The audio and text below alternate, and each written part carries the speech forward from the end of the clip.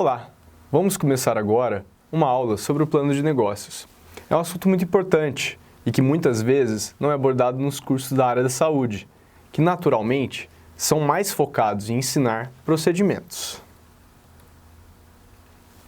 Então, primeiramente, eu gostaria de perguntar a você, o que é um plano de negócios?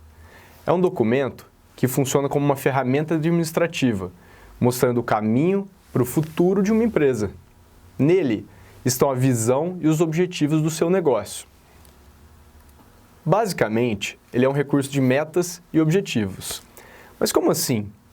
Bom, ele funciona basicamente como uma escada, sendo cada degrau uma meta. Portanto, quando eu subo um degrau, atinjo uma meta. E meta após meta, ficamos mais próximos do objetivo final, que seria então o final da escada. E para quem ele serve? Ele serve para todos, desde a empresa até a vida pessoal. O interessante é que ele vai mostrar os meios para atingir um objetivo. Por exemplo, se meu plano é oferecer um tratamento odontológico com alto grau de especialização e tecnologia para um público com ótimas condições financeiras, preciso então traçar um plano com uma sequência lógica de metas que me permita chegar ao meu objetivo. Lembrando que o plano de negócios é uma ferramenta para os objetivos de vida em geral. E é importante que você saiba que pode e deve fazer um plano de negócios para, por exemplo, ser aprovado num concurso público ou abrir um comércio de produtos odontológicos, tornar-se professor da área de saúde, enfim, para qualquer que seja seu objetivo, você deve fazer um planejamento estruturado.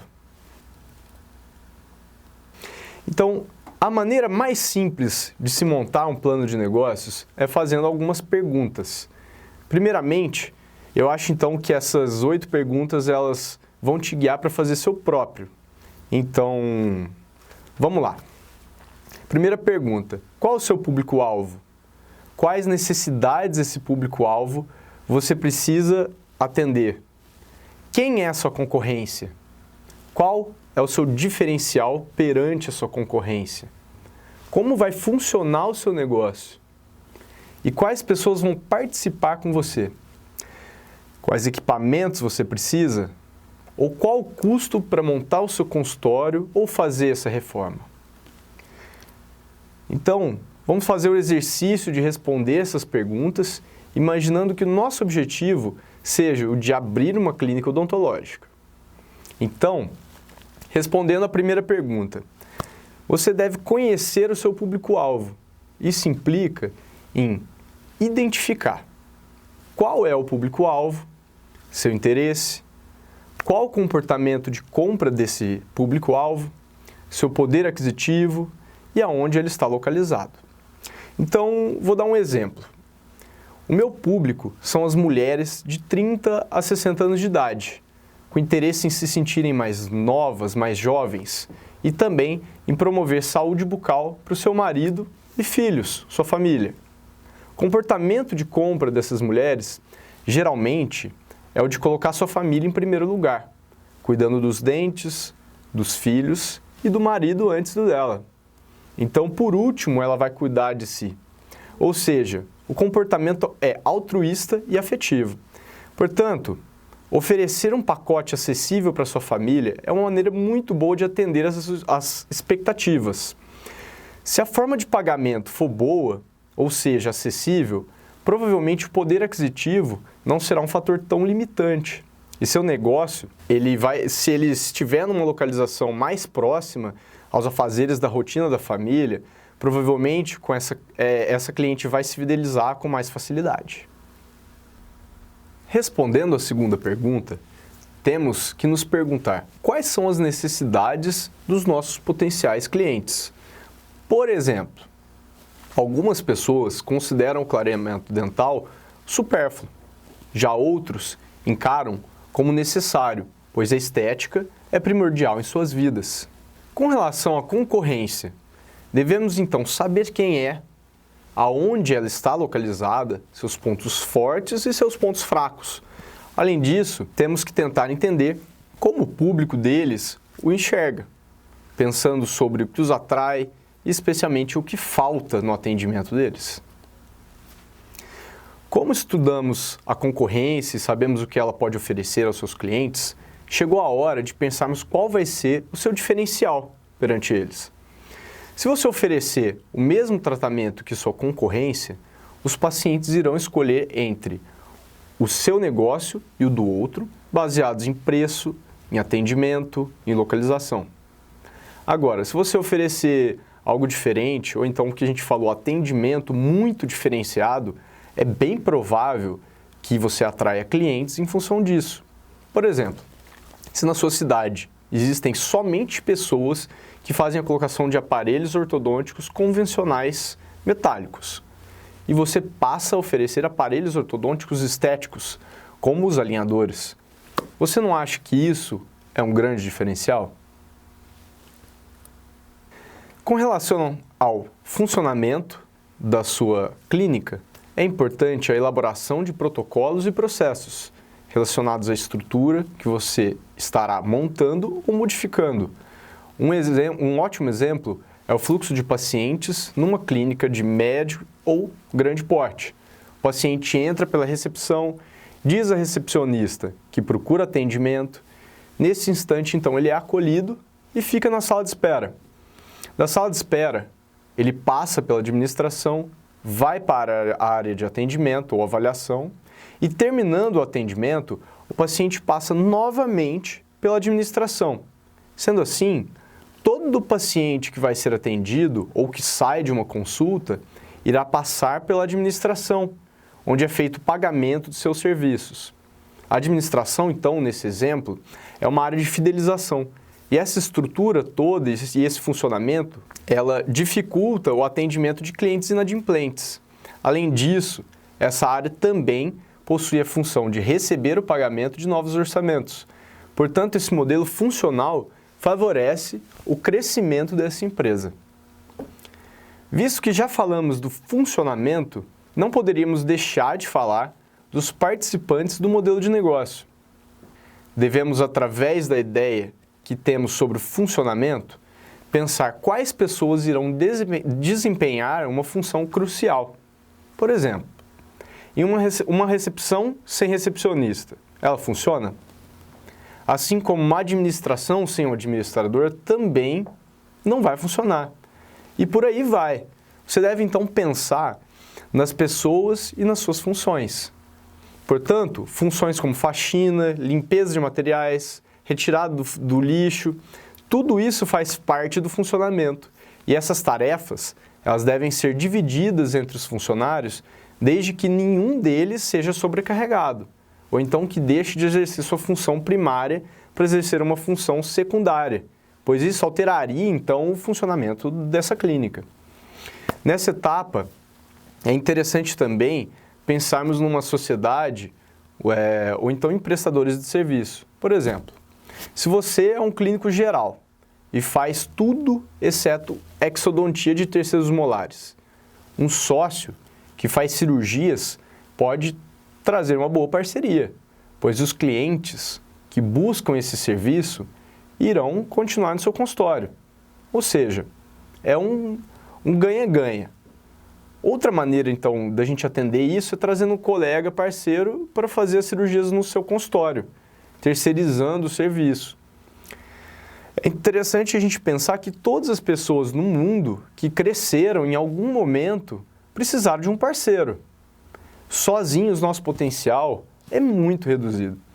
Entretanto, se a gente vai buscar parceiros, funcionários e sócios, deve estar tudo então regularizado legalmente e com contratos bem explícitos, pois uma parceria desequilibrada ou injusta também pode derrubar um negócio.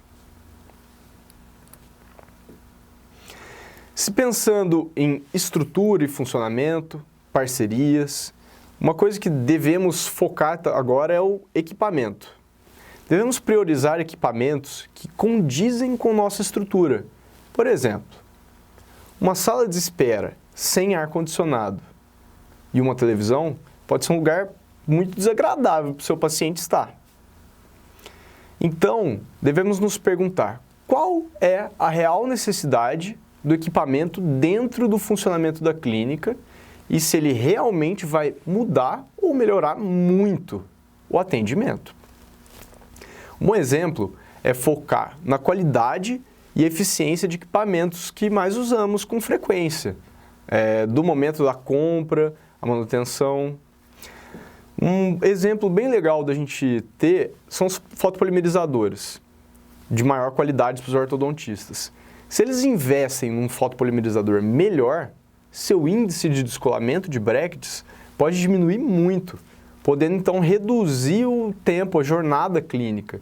Isso vai aumentar a produtividade e, consequentemente, a rentabilidade.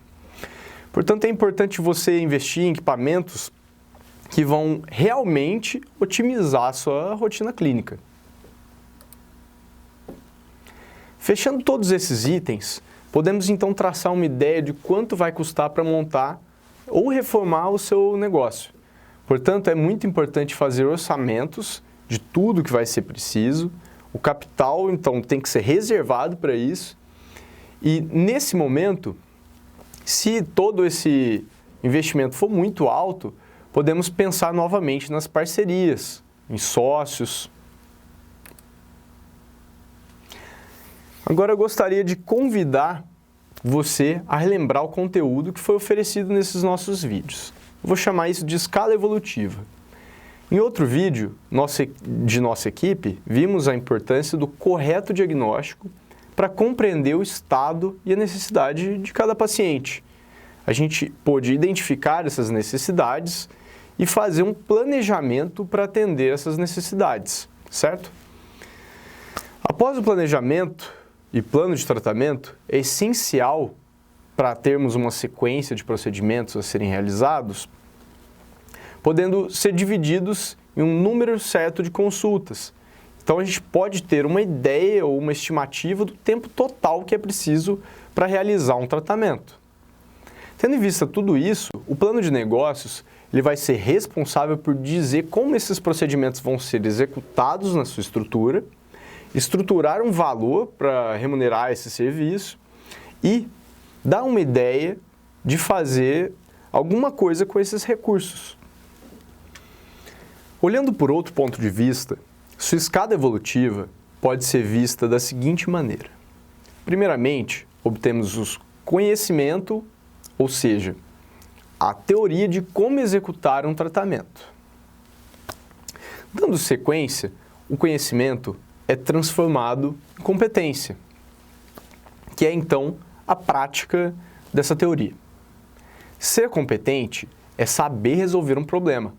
Não adianta nada ter uma teoria muito completa e saber tudo o que está dentro de um livro se não conseguirmos transformar isso em competência. Agora, para a gente ser bem-sucedido, não basta sermos competentes em resolver um problema. Devemos ter, então, uma correta administração pessoal e profissional para isso. Se existe um cirurgião dentista que é o melhor endodontista da cidade, mas o seu atendimento é ruim, provavelmente, em algum momento, um outro endodontista concorrente e competente que atenda bem irá obter um sucesso profissional superior. Além disso, todos estamos cansados de conhecer ou ouvir exemplos de excelentes profissionais extremamente competentes que trabalham muito e não obtêm o progresso que esperavam para a sua vida profissional. Portanto, é extremamente importante pegar no volante da sua vida, tanto pessoal quanto profissional, e administrar seu negócio, seus objetivos. Administrar um negócio não é uma tarefa muito simples. Entretanto, existem itens que, se desenvolvidos de maneira correta, irão facilitar muito o seu caminho. Esses itens são o peneiramento de gastos, a hora clínica, o fluxo de caixa e o plano de evolução. Vou explicar de maneira bem simples para você. O peneiramento de gastos, ele começa com reduzir o preço dos materiais que você utiliza sem abrir mão da qualidade, sendo feito então diretamente com os fornecedores. Encontrando o lugar mais barato para comprar esses materiais, irá então aumentar sua margem de lucro e reduzir os gastos com materiais de consumo. Segundo, o controle de estoque é essencial para ter uma ideia de quantidade de material que você está utilizando por mês, quais estão para vencer e precisam ser substituídos, ou qual cor de resina você utiliza e precisa repor com mais frequência. Por exemplo, imagine um mercado que compre 20 iogurtes e que tem vencimento de uma semana. E ele vende esses iogurtes, 10 iogurtes, a seus clientes por semana. Esse mercado leva então um prejuízo de 10 iogurtes por semana, que equivalem a 480 iogurtes por ano. É um grande prejuízo, certo? Agora eu te pergunto, o que é mais caro? A resina composta ou um iogurte?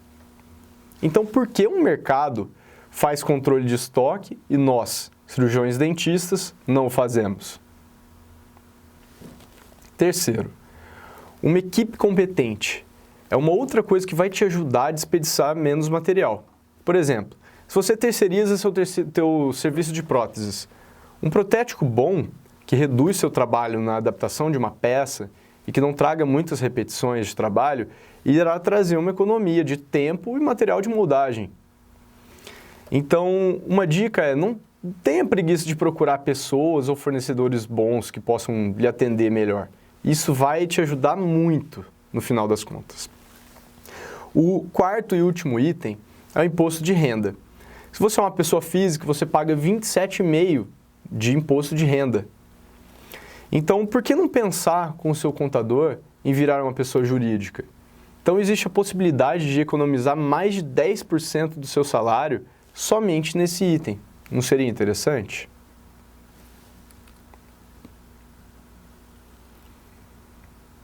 Segundo elo da corrente é a hora clínica. O cálculo da hora clínica é negligenciado por muitos profissionais, mas ainda é uma etapa importante para repassar o custo da sua clínica por hora. Quando as pessoas calculam, é geralmente de maneira incorreta, pois fazem então como esse exemplo aqui. Eles colocam o salário da secretária, a luz, a água, faxineira, produtos de limpeza, telefone e materiais consumíveis. Esse cálculo é muito superficial. O ideal é pensar na evolução ou no desgaste material. Sua cadeira odontológica ou seu micromotor, eles vão durar para sempre? Pois é, nada dura para sempre.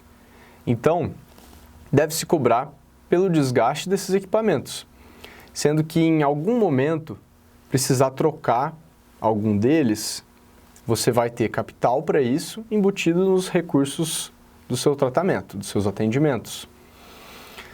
Também é importante colocar as despesas com o técnico que cuida da manutenção de todos esses equipamentos. Então, a maneira mais fácil de se fazer isso é dividindo o valor integral do equipamento pela durabilidade estimada. Adicionar, então, os juros e atualizar, então, o nosso poder de compra. Dividir, então, por meses, depois dias. Lembrando, então, que ninguém trabalha 30 dias, a gente trabalha geralmente 20. Então, dividir isso pelos dias úteis de trabalho e depois pelas horas clínicas, as horas de atendimento. É muito difícil? Não. Você não precisa fazer nem com Excel, mas com papel, uma caneta, uma calculadora, já consegue fazer essa conta. Agora, é muito importante saber como repassar isso ao paciente. Então, a maioria dos dentistas não cobra consulta. Na consulta, a gente poderia embutir, então, todo esse valor. Mas uma maneira que podemos fazer isso é o ticket médio. O ticket médio é o valor da hora clínica, incluindo a inadimplência de pagamento e de comparecimento, ou seja, dos pacientes que faltam. Isso vai permitir que você se mantenha remunerado, mesmo em momentos ociosos de remuneração, como, por exemplo, em um orçamento ou quando aquele paciente desmarca de última hora.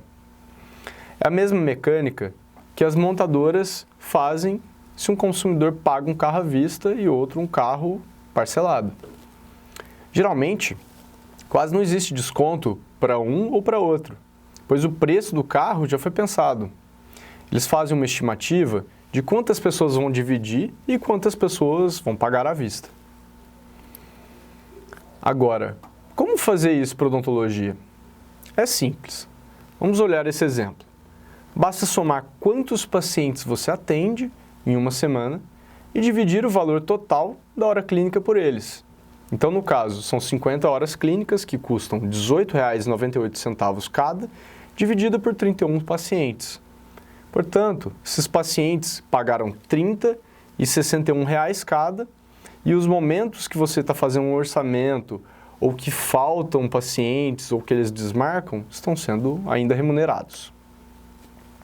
O último dos elos dessa corrente é o fluxo de caixa. Ele é nada mais e nada menos que uma projeção para o futuro. Nele estão todas as informações de entradas e saídas dos recursos financeiros da sua empresa e o saldo do caixa projetado para cada mês do ano. Ele é muito importante para se fazer uma reforma ou então para fazer uma reserva de emergência, para trocar então um equipamento quebrado sem você ter que desembolsar de cada um dos sócios do negócio para tal. E o último elo da corrente é o plano de evolução. Os recursos que sobram, então, são observados no fluxo de caixa e revertidos para salários para os donos da empresa. Uma porção vai para o caixa de emergência e a outra para o reinvestimento. Reinvestimento é uma maneira de deixar sempre o seu negócio vivo e produtivo. Investir no próprio negócio deve ser feito com critério e sempre visando produzir mais ou com mais qualidade. Nesse ponto, é muito importante pensar no payback. Payback é nada mais nada menos que o tempo de retorno total aplicado ao investimento. Ou seja, se falamos de um investimento que custou R$10.000 e o retorno é de R$5.000 por ano, o seu payback é de 2 anos. Portanto, você deve analisar com muito cuidado cada investimento que fizer. Uma coisa muito importante é manter a consistência de investimento externo, ou seja, nem todo recurso destinado a investimento deve ser direcionado para a empresa. É importante também diversificar o investimento, pois sua empresa, se ela tem um mês ruim, ou se o payback é mais longo que o esperado, o investimento externo vai te proteger disso. E você vai investir externamente de maneira segura e constante, é o ideal, né? Mesmo que com pouco capital. Projetar então seu negócio anos adiante é muito importante e a gente deve pensar nisso antes de investir. Nesse gráfico aqui, por exemplo, o investimento interno está representado por essa curva laranja que está aqui. O rendimento mensal, o retorno mensal, nesses pilares azuis. Investimento externo por essa linha vermelha contínua. Veja então que o investimento interno ele oscila, pois ele vai de acordo com as necessidades e o planejamento seu. O investimento externo ele é constante e progressivo. Nos primeiros meses do ano, nesse exemplo aqui, o retorno foi pequeno, mas de acordo com o tempo, esse retorno foi crescendo progressivamente. Além disso, quando esse cirurgião dentista investiu internamente, a gente teve esse pico, algo mudou na sua rotina clínica, de maneira muito significativa. Então, o retorno financeiro também começou a se alavancar. Portanto, investir em algo que realmente mude o seu atendimento pode alavancar muito o seu negócio. Então, após você ter visto todo esse conteúdo, eu te pergunto, você quer saber a chave para o sucesso? Os 3 itens básicos são captação, venda e técnica. Se faltar um dos 3, a porta do sucesso nunca vai se abrir. Sem captar pacientes, você não vai vender seu serviço. Se você não vender seu serviço, como você irá provar ao paciente que sua técnica é boa. Então, 2 desses dentes estão ligados ao plano de negócio, que são a captação e a venda. E um deles é a técnica, ou seja, o conhecimento adquirido, em primeiro momento na graduação e depois na formação profissional, na pós-graduação. Pós-graduação é qualquer curso que capacite em alguma coisa após a formação primária. Você busca oferecer um produto diferente dos seus concorrentes? Vamos pensar. Eles obtiveram praticamente uma formação básica muito parecida com a sua, mesmo que em faculdades diferentes, ou seja, na graduação. Entretanto, na pós-graduação, ela é muito abrangente e específica na maioria das vezes, te dando conhecimento para aplicar em novas técnicas. Portanto, como quebrar então a corrente que aprisiona os dentistas nos mesmos tratamentos, técnicas e se sobressair, se destacar? Buscando a inovação que o paciente deseja. Empatia, ou seja, se colocar no lugar do paciente é muito bom nesse momento. Se você é capaz de inovar para atender melhor alguém, seu produto é diferente. O seu preço, ele pode ser diferenciado por estar oferecendo algo que a maioria não oferece. E a propagação dessa ideia de que você é um profissional diferenciado vai se dar, então, naturalmente. Essa atitude de se diferenciar pode ser muito simples. Por exemplo, imagine se organizar para sempre atender os pacientes no horário agendado, sem atrasos, ao ponto de ficar conhecido como o doutor que é sempre pontual. É uma primeira opção. Ou então, pode demandar de um pouco mais de energia e investimento, como, por exemplo, se aprimorar mais, pois através de cursos de pós-graduação e formações complementares, a quantidade de conhecimento obtida vai dar base para ter novas ideias e conhecer novas técnicas, que então você pode ficar conhecido também como o doutor que está sempre atualizado e oferecendo os materiais e técnicas mais conceituados. De um jeito ou de outro, tem que procurar se diferenciar e utilizar o plano de negócios, pois isso planejando já é difícil, imagina se não planejarmos. Então eu gostaria de finalizar esse vídeo agradecendo em nome de toda a nossa equipe. Nós desejamos a você muito sucesso na sua jornada, até alcançar todos os objetivos que você almeja. Muito obrigado.